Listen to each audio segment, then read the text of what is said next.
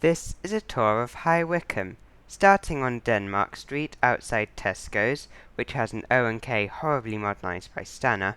I go into the back entrance of Travelodge, and into a second generation Ecodisc. Now into a nice Travelodge Ecodisc.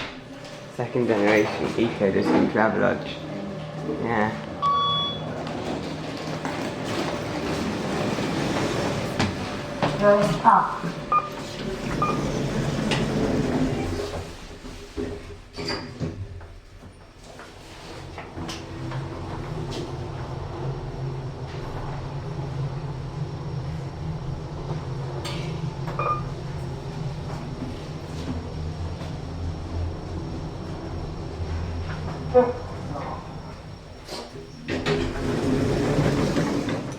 And now into the Chilterns shopping arcade. This shopping centre has some weird architecture, which is really more of a foyer to Primark. In Primark there is the first Gen 2.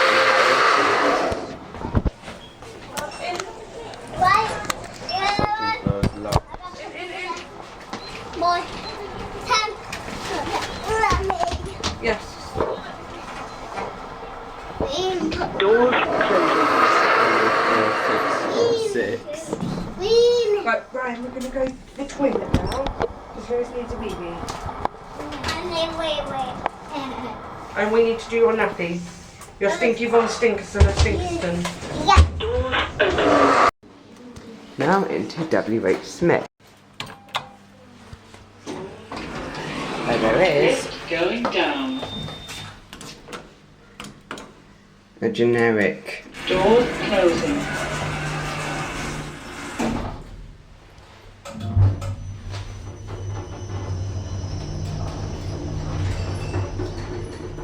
although that was actually Ground quite a floor. nice fast ride. The generic, just weird button Doors layout. opening. Wow, that lift had really bad logic, cheap fixtures, but an awesome motor.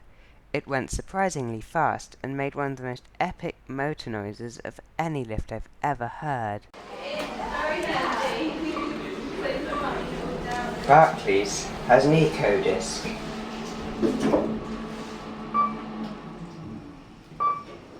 Passenger operated van. Doors open. Why did this lift feel like it took ages to start? Down. Doors closing.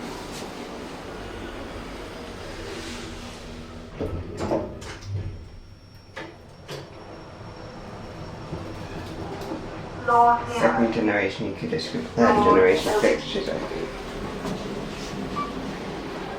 Weirdly enough, there's this cancer bus, and usually when they have these charity buses, the buses are old buses, like from the 70s, that they've managed to get for a really low price, and they usually tend to be high floor, because the bus companies sell all their old high floor buses because they're not very valuable, because if you have a low floor bus you can get a subsidy, and the charities usually have those.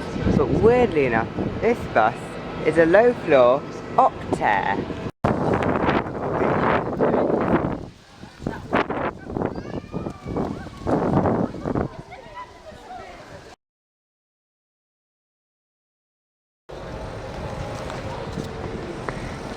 This has got to be one of the most picturesque churches in Britain.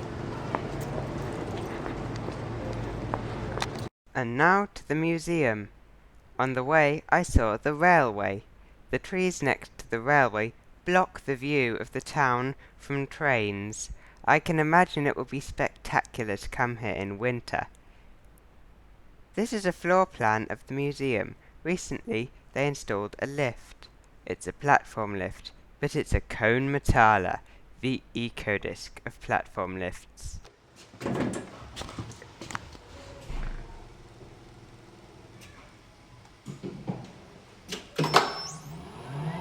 The museum's lift is a Kone Motala.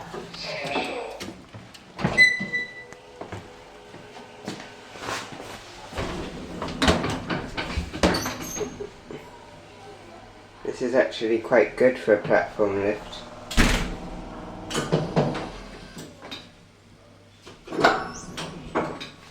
Although weirdly, it's got Deadman buttons on the inside but not the outside.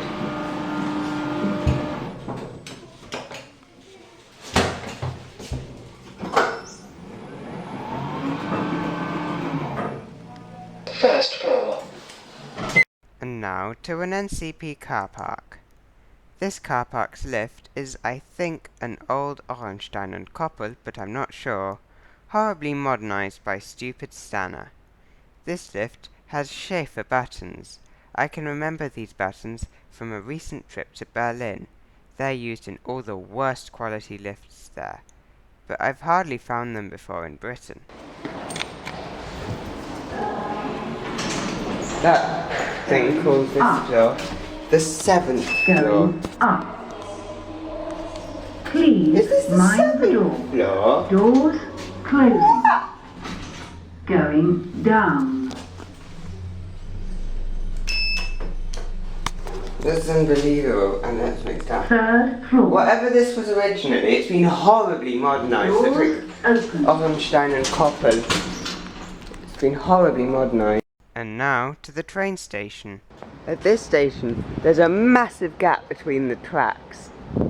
This is because that's where there used to be the express tracks. If you look at the bridge, the outer arches used to be the local tracks, and the express tracks would have gone through the middle.